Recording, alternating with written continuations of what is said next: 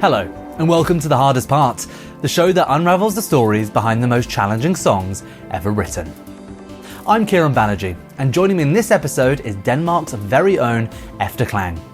We recorded this conversation backstage at the Barbican in London just before their show to talk about the track Getting Reminders from their album Things We Have in Common. Now, this track stands out in Efterklang's catalogue, not just for its stripped-back, guitar-driven sound, but also for the way it was written. Unlike their usual process of building songs in the box, Getting Reminders emerged organically over time, shaped by live performance rather than meticulous programming. Frontman Casper told me about the song's origins in his apartment in Lisbon, playing on his mother's old guitar, and how that particular instrument, worn, weathered, and untouched for 20 years, became essential to the song's rhythm and feel. Lyrically, Getting Reminders exists in a space between personal reflection and something much bigger. There's a tension in the song between the natural world and human intervention, between control and surrender, between the feeling of watching something slip away and the reminder that it was ever there at all. And just as the song evolved musically over time, its lyrics continue to change, even in the versions Efterklang performs today. The album version of Getting Reminders features Beirut, with Zach Condon's trumpet adding a signature warmth to the track. But today, you're going to be hearing a unique live session that Efterklang recorded exclusively for this show backstage at the Barbican, so stay tuned to hear that. But before, here's my conversation with Casper from Efterklang.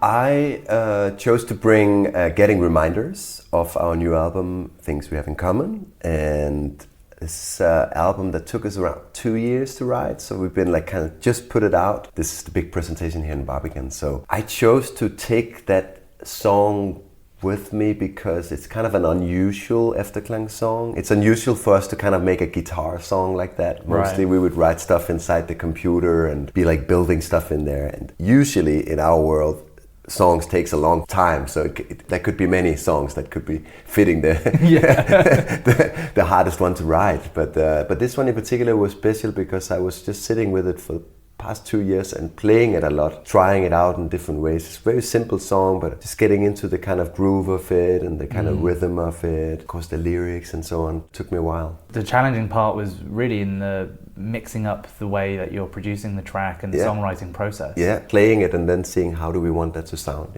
As you just mentioned, so a lot of the track was produced out of the box. There's loads of sort of nuances within the lyrics about the natural world.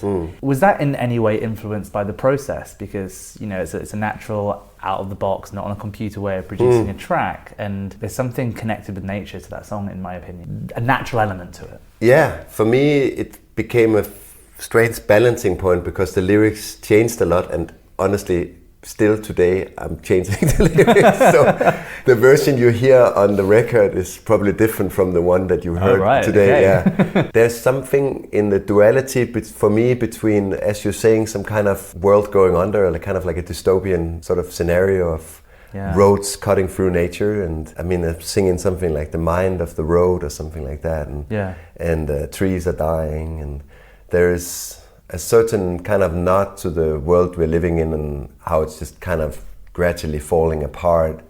And then these sort of powers, looking at the politicians, I suppose, like a little bit like who's actually controlling this big defeat, sort of like, and like, do I have the power or do I just feel like I don't, in a way? And then I also really liked this very personal and super individual feeling of just, you know, having this, sometimes you are out of power of a feeling or something comes over you and you just feel like overtaken by something, and that's kind of out of your control in a way. This too for me became a kind of a dance or something like that there's something that is out of our control, whether that is the nature falling apart or our own feelings. And somehow I think we as humans, that's something like it's quite magical in a way that we can feel that way somehow. Yeah, of course. I'd love to sort of drill down on the origin of the song. So where did the inspiration for the track first begin, and sort of how did it develop from there on out? A couple of years ago in my studio in Lisbon, where I've lived a long while, and I had my mom's old guitar, like she hadn't been playing it for like 20 years or something like that, and been sitting at home, and I took it out and I started playing around with it, plugged it through some delays. I think that was kind of the beginning of it, and was just kind of getting into this groove of these gun gun gun gun. It's like a kind of a lot of up kind of getting a little bit of kind of North of African kind of Mali vibes at types in my mind, but through a Danish person, I suppose, like something like that. It's a unique influence. I was trying to bridge something there. I love a lot of music from there, but it's the simplicity of kind of simple chords, but more about the rhythm of them somehow. So I really like that kind of kind of feeling and bopping away. And then I was basically just singing some kind of, just laying down some lines, more melodies than kind of words. Out of it, this kind of control, I think, was pretty early on there. Okay. But a lot of blabbing away, like, you know?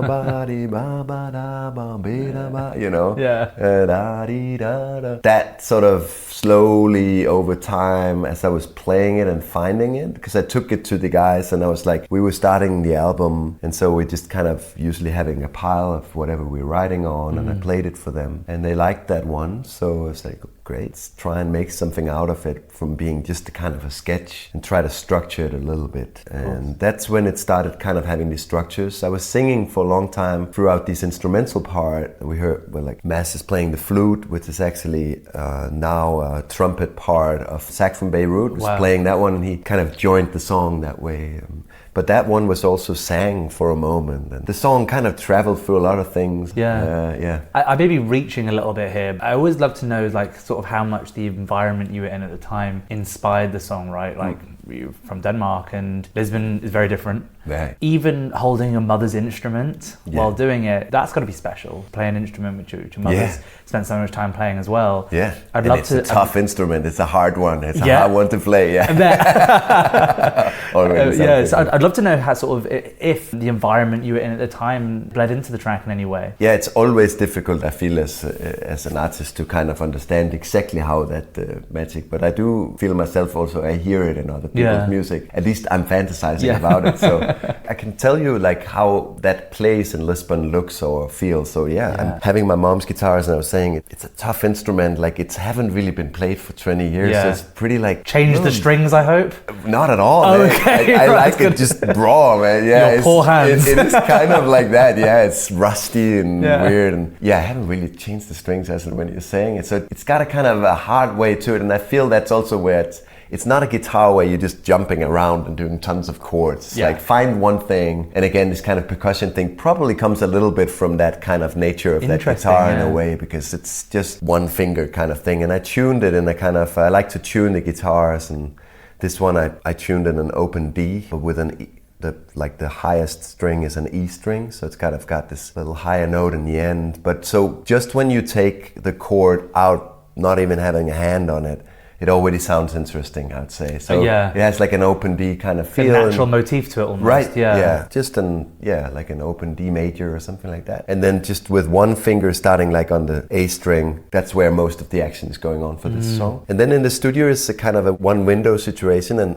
outside you got the River Tejo, like the river in Lisbon, like right there. Incredible. One of my favorite places ever had in my life. So it's a beautiful place, and Lisbon is on the other side of the river. So I always kind of like to think of that river as a compass. I feel when I'm playing or listening to music there, I somehow feel like the water and the flow kind of gives me some kind of the right tempo or something like that. There's something about it that feels immediately like it's right or wrong.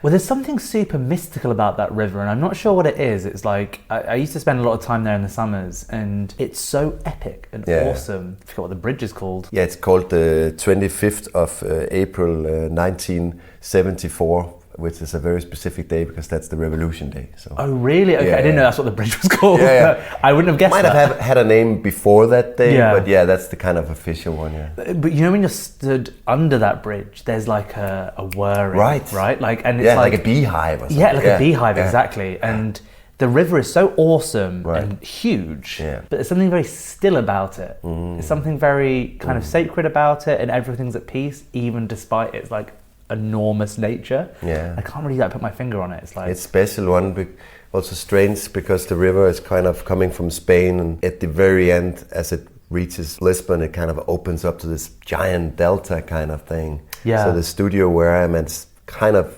funny enough what you're saying. Like when I walk to the studio, I get closer and closer to that beehive sound. Yeah. Depending on the day, you know, you would have more or less traffic because the cars are running off this kind of metal grid. Yeah. And that's what creates this sort of bzzz Yeah, sound. yeah. And you have the train running underneath it and so on. So it's true, it's a strange meeting of elements somehow. Yeah, it's hypnotic. Yeah, There's some paddle courts under it. Yep, And yep. I played paddle there once. Oh, you did? And Yeah. I actually found it really difficult to play because I was like in the rhythm of like Yeah. what's happening above me, and like, I wasn't really concentrating. Yeah. It's going into the Atlantic Ocean, which is also a vibe. Epic in its own right. Yeah. So every 6 hours or something, you got this kind of tide coming in, like moves the water up and down. So coming from Denmark, I feel this is like going to New York or something. You know what I mean? Like in nature speaking, because you're like, ocean to me is always like so massive. Like I come from the Baltic Sea, right? It's like a little pond kind of like there's not so much going on. Like, and there is really like, wow, you feel it immediately in the wind and the flow of the water, the power of it. We spoke a little bit about how this track was produced slightly differently, or the songwriting process was slightly different in this instance. So take me through sort of how as a band, how Efterklang put this together. I'd love to know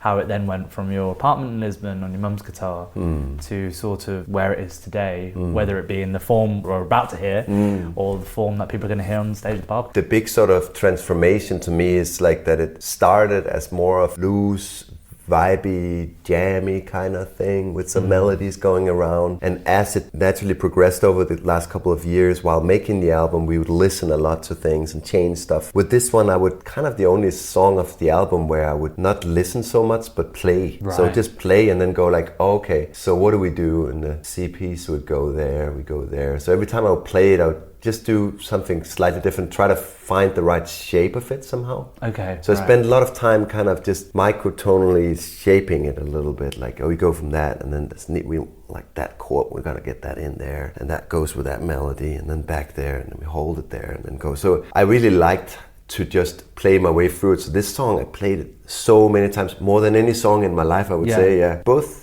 helped me a lot to understand the flow of it. Then recording, listening to it, you'd kind of get something new again, and I would be like playing it. This kind of feedback of like playing, recording, listening, play it again was kind of a big part of finding it. Find this along the way, this magic moment of like asking Zach of like, you want to play some trumpet on it? We got this section, I'm usually singing something like this, but you're free. Sending, and then he's coming back with like a full arrangement of trumpet. It'd be like, sounds like Beirut, like immediately, sort of like. Yeah, I bet. You know what I mean? And it's like just putting that little kind of decoration inside the song. It felt like a little bit like decorating a small chamber or something like that. Song is quite simple in a way, and everything we put in there, a few percussion elements, some bass parts and stuff. But again, really gradually sort of adding it a thing. Could be like putting just a bass like that, putting a little bit of percussion there. In a way, super simple, small things, but over a long time kind of thing. Yeah. I was on a plane actually, and I'd downloaded an album of one of my favorite bands, their new record. I was really looking forward to sitting down, listening to it. I listened to it through and I was so disappointed. Don't know what it was, there was something about it that didn't hit for me. And then it flipped into an interview with the lead singer talking about slight nuances within one of the tracks. I listened to that interview and I listened to the song again, and now I think it's my favourite song. Oh my god, beautiful and track. there's all these nuances in like the lyrics and the vocal performance. Yeah. It's a tough one because sometimes I'm reaching a little bit of this. Our audience are about to listen to the amazing session you just did for us. Right. Are there any nuances you want them to listen out for which is going to change the way they experience it? Yeah, from my point of view, I think one of the things that I'm always conscious about in my mind or occupied with while playing the song, the sound of the vocal and the nuances of the vocal. So I'm battling a little bit sometimes in there, because on one hand I know that what I want is when I don't think about it and I just let it go.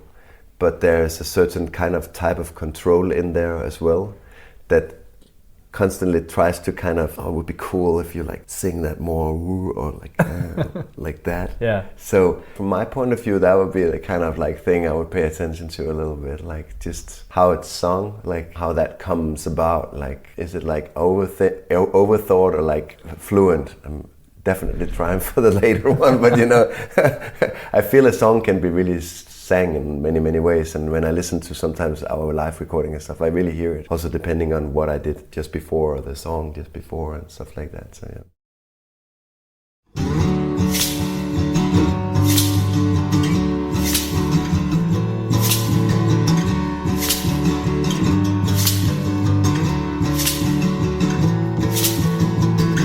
Getting reminded our freedom, instant power that we don't control. And it's just like that. Trees are dying in the mind of the road.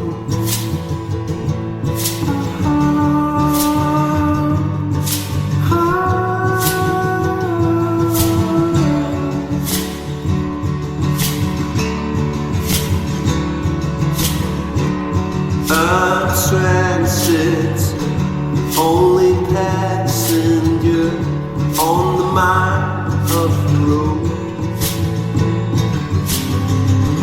Deep caught in holy acid, we've been gone for a while.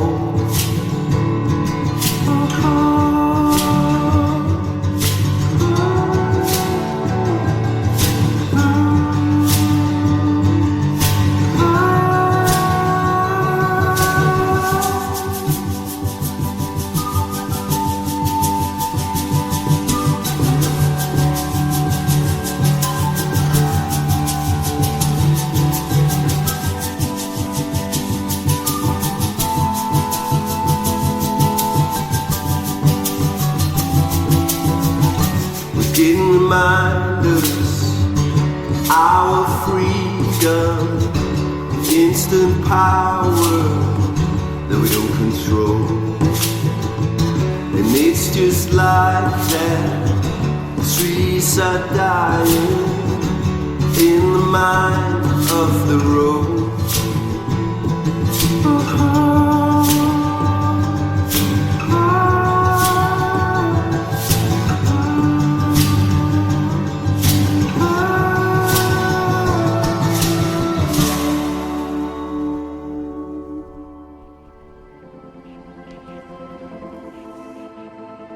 Thanks to Efterklang for coming on the show.